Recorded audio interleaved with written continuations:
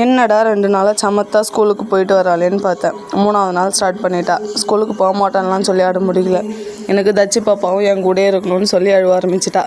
சின்ன பாப்பா பிறந்த நாள்லேருந்து இன்னை வரைக்குமே தேஷ்னியும் தச்சும் பிரிஞ்சு தனித்தனியாக ஒரு நாள் கூட இருந்ததில்லை.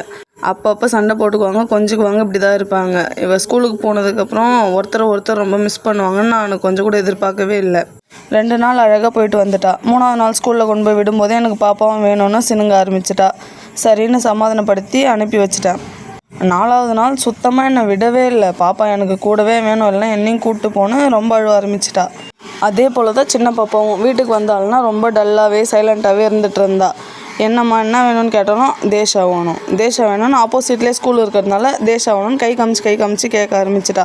பாப்பா எப்பயுமே கூட இருக்கும்போது தெரியல. அவள் ஸ்கூலுக்கு போனதுக்கப்புறம் தான் நானுமே ரொம்ப மிஸ் பண்ணுறேன். என்ன பண்ணுறாளோ ஏது பண்ணுறாளோன்னு யோசிச்சுட்டே இருக்கேன்.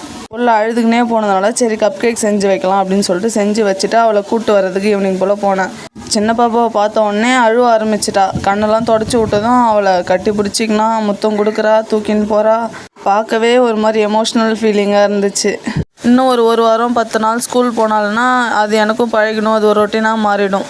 வீட்டுக்கு வந்ததும் ட்ரெஸ் மாற்றிட்டு அவளுக்கு கப் கேக் காமிச்சேன். தேஷ்னி ஹாப்பி ஆகிட்டா. நாளைக்கு பார்க்கலாம், பாய்.